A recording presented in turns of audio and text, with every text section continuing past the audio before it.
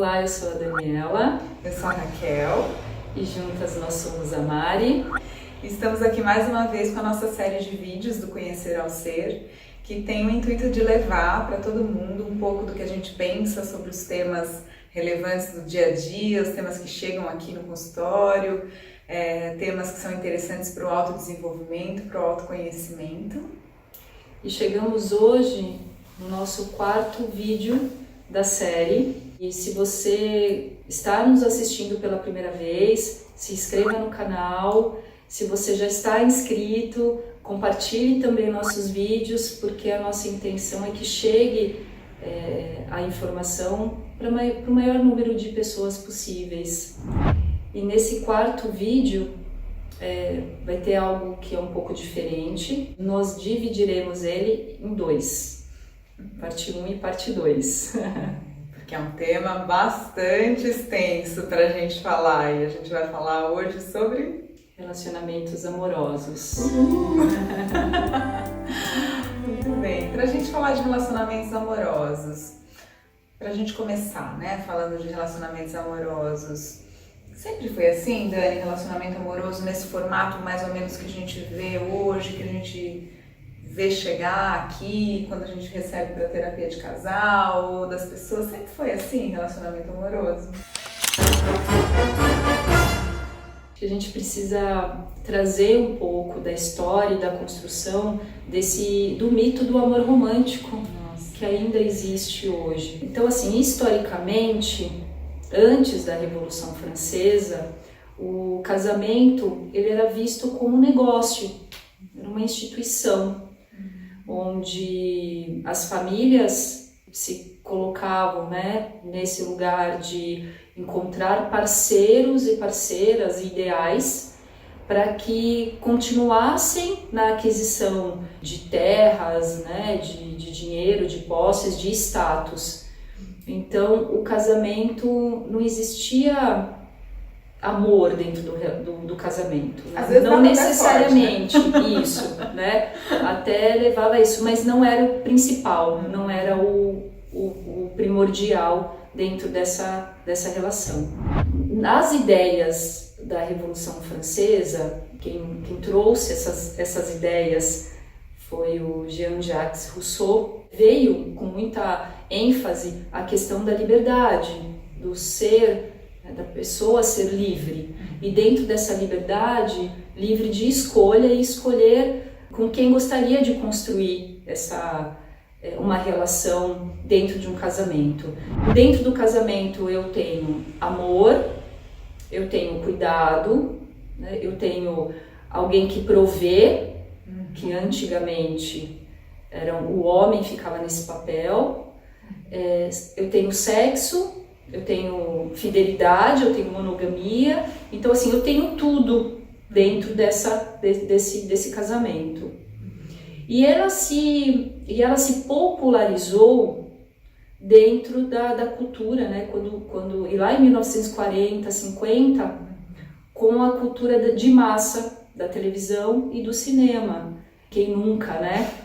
viu filmes como E o Vento Levou, né? E outros, né, desse tipo, assim, que tinha aquela pegada tão romântica. E os próprios contos de fadas transformados pela Disney, né? Sim. Também daquele amor romântico do príncipe que chegava e depois eles ficavam felizes para sempre, né? Sim. Tinha inclusive essa noção, né, de ser feliz para sempre. Então não só eu tenho tudo dentro de uma mesma relação, sim, como além de tudo eu vou ser feliz para sempre. A gente já sabe que a pegadinha tá aí, né? Sim, sim.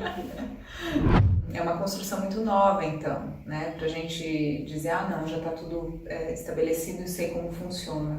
Ainda é muito novo, ainda é muito recente. Sim, inclusive, em 1950, tem um filme muito bacana, depois a gente deixa como dica aqui um link, que é O Sorriso de Mona Lisa, que existiam escolas onde mulheres eram treinadas como se fosse uma faculdade, né, para serem esposas ideais. Então tinham cursos para que isso acontecesse, e aí começou um movimento discreto do feminismo, né, para algumas mulheres, e dentro desse filme que é a Julia Roberts, a protagonista, ela traz esse lugar de será que só existe essa maneira? Né? Mas ainda muito no início. E até você falando isso, eu acho interessante a gente pensar, né? Por que a responsabilidade era toda da mulher, né? De fazer o casamento dar certo. Porque se tivesse uma faculdade para mulher e uma faculdade para homem, acho que até era legal, né? Vamos todo mundo aprender como que se relaciona. Aí, ok. Agora, por que a responsabilidade ficava só na mulher, né? Seja uma esposa perfeita, ideal, e aí tudo vai correr bem. É por uma construção mesmo patriarcal, né? Mas muito interessante, né? No mínimo. Sim. E até a gente tá meio que propondo, tá, gente? Que seja como se fosse um cursinho aqui pra gente, como a gente vai se relacionar bem. O próximo vídeo, já deixando a dica aí pra vocês ficarem atentos. Sim. A gente vai dar umas dicas legais, mas por enquanto a gente tá falando da história. Porque trazer um pouco da história e dessa crença também, né? Do que está estabelecido dentro do inconsciente, né, desse mito amoroso, numa relação a médio e longo prazo, desafios advêm dessa construção. Então, para você entender, por isso que a gente está iniciando dessa maneira. E assim, como que nasce? Existe a paixão, né? O que acontece? Por que nos apaixonamos, Raquel? Acho que é importante a gente colocar isso também. Acho que um dos motivadores, né, desse amor romântico é a paixão, né? A atração física, a atração pelo que a outra pessoa representa, né? Então temos várias formas de nos apaixonarmos, né, pelas pessoas que a gente está tendo a expectativa de ter algum tipo de relação. Às vezes nem tem que ter relação, é só a paixão. Já é ali muito nutridora. E a paixão, ela tem um fundamento que é bioquímico, né? Existem alterações realmente físicas no nosso corpo que fazem com que a gente se sinta apaixonado, né? É muito interessante porque tem algumas perspectivas até de olhar para a paixão como sendo algo patológico, né? Ou transformar aquilo que pode ser natural, da visão amorosa, em algo que é patológico. E de fato, né? Às vezes você pode se privar de sono ou de comida, porque você está tão apaixonado, tão envolvido, aquele objeto do seu amor ocupa tanto da sua vida que aquilo passa a te prejudicar. Mas não é disso que a gente está falando. A gente está falando da paixão legal, né? Da paixão do começo do namoro. Sim. Que tem, né, uma obsessão, uma compulsão aí que é bioquímica, que é natural e que tem prazo de validade. Isso é importante falar, hein, gente? Tem prazo de validade. Tem prazo de validade. Não dá pra viver apaixonado o resto da vida, gente. Desculpa, não vai rolar. A gente precisa viver outras paixões, né? Não somente amorosas, para esse auto-preenchimento, né? Ou, como também a gente percebe, eu e Raquel conversando e estudando o tema, que de 1990 para cá, a geração de 1990 é uma geração mais intolerante à frustração. É uma geração de relações bem movidas à paixão. Chegam muito jovens, né, nessa faixa etária pra gente, dessa época de nascimento, e a maior queixa é: eu não consigo construir uma relação. Não diria nem só os jovens, viu? Tem muita gente por aí que continua nessa etapa, assim, como se para existir uma relação fosse necessário apenas a paixão. Que eu acho que é um engano que a gente acaba cometendo em alguns momentos. Claro que é gostoso a gente estar na paixão. Claro que é gostoso você estar naquele movimento de a pessoa ligou pra mim, me falou bom dia, nossa, mudou meu dia. Tem um envolvimento ali muito forte, uma presença muito forte. O que acontece muitas vezes também é que os casais acabam se acostumando um pouco com essa dinâmica, e aí quando acaba a paixão, muda um pouco esse processo, né? E aí é o momento de a pessoa falar assim: mas não é mais a mesma coisa. Meu namoro não é, ele não é mais do jeito que ele era comigo. né? Sim. Ele me ligava todo dia, a gente tinha que ficar junto todo fim de semana, e agora não é mais assim. Por que não é mais assim? Porque acabou a paixão, né? Sim. Não necessariamente acabou o relacionamento, gente, que eu acho que isso que é um negócio que muitas vezes a gente precisa reforçar. Não é que acabou o relacionamento, acabou a paixão, aquela fase inicial que eu citei agora há pouco da bioquímica e tudo mais. Mas tem muito mais coisa, dá pra fazer muito mais coisa. Mas aí que é o segundo momento, que é a construção, o amadurecer, que é esse momento de que eu saí da idealização, da projeção, e dessa projeção positiva que a paixão me leva. Só vejo o lado naturalmente, positivo, né? Sim, que é fácil ceder, que é fácil abdicar, né? Porque é gostoso estar junto, e eu não quero fazer outra coisa além de estar com a pessoa. Agora, quando passa esse momento, que daí é realmente o outro desnuda, né? Os defeitos também, ou aquilo que para mim soa como defeito, e o que está lá de negativo, ou daquilo que não é muito bom para mim, que daí sim que se abre esse lugar de amadurecimento do indivíduo, olhar, será que eu quero? Será que essa pessoa, da forma que ela está me apresentando, essa tendência que ela tem, né? Isso que ela faz, a médio e longo prazo é sustentável para mim?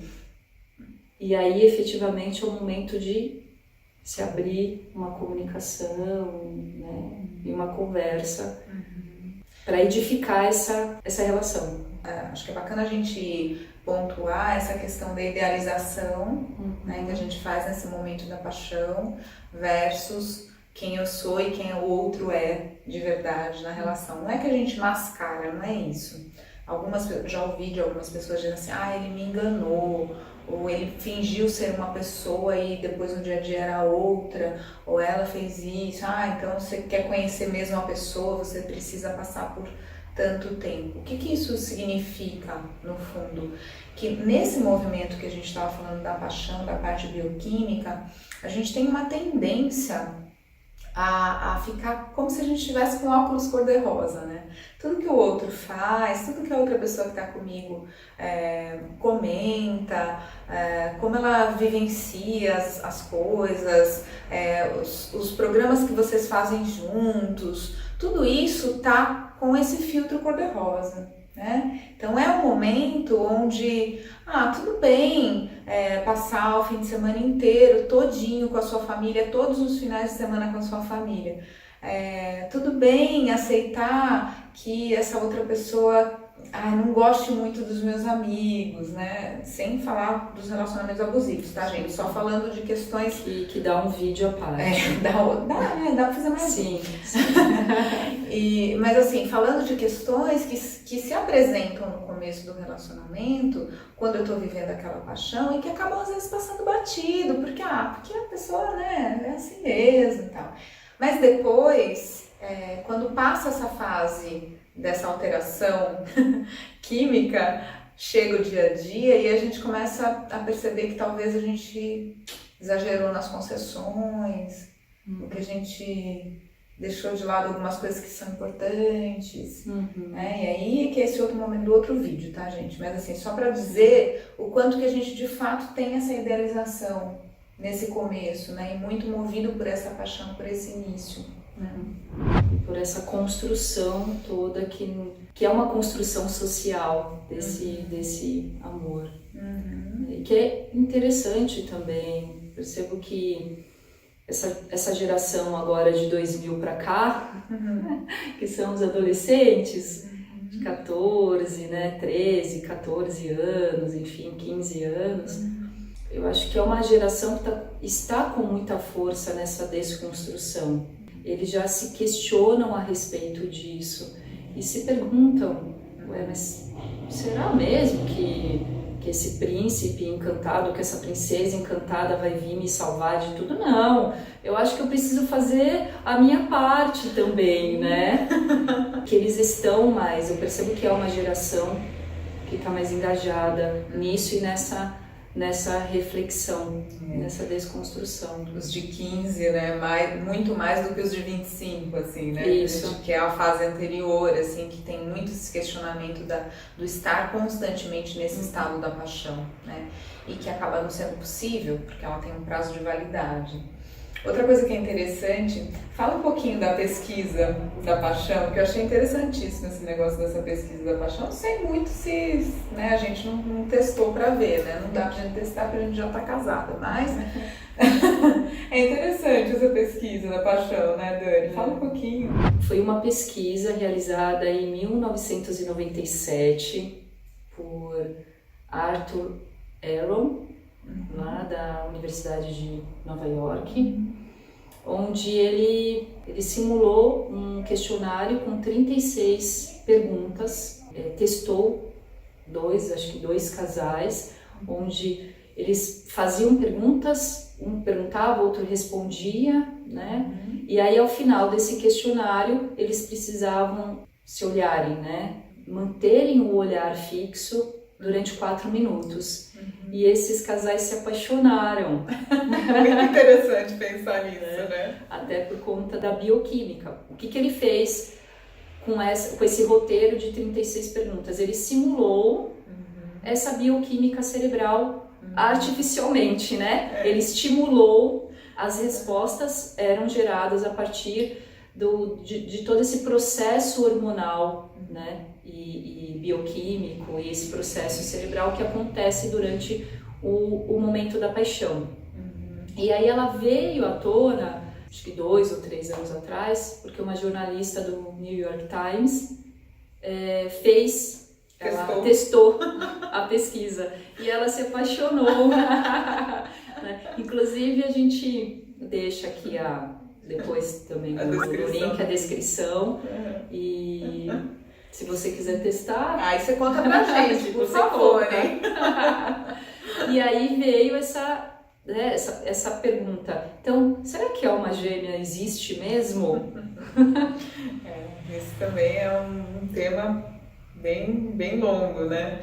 Se existe alma gêmea, se eu posso me relacionar bem com qualquer pessoa, o que precisa, né, para eu poder ser uma boa namorada, um bom namorado, uma boa esposa, um bom marido, né? O que precisa? Será que tem? E aí a gente volta um pouco na questão do sorriso da Mona Lisa, né? Será que tem um cursinho aí que a gente possa fazer para aprender a se relacionar? E você tem uma forma ideal de fazer, né? E aí eu acho que é muito interessante, só para a gente trazer esse contexto geral, assim, pensar que é possível ser espontâneo, né? Existe uma espontaneidade na coisa, quer dizer, quando eu me apaixonei pelo meu marido, não foi através de questionário, mas assim, olhando o questionário, depois você vai ver que tem algumas perguntas que você faz naturalmente, né? Quando você está começando um relacionamento. Sim. Então, eu acho que valores. Acho que é um pouco por aí, né? Objetivos de vida, o cuidado, né? A questão do envelhecer e a longo prazo, né? E o que é muito interessante é porque são questões, e aí vocês vão anotar aí depois nesse questionário, são questões que não tem a ver com, o que você faria comigo? Não é direto.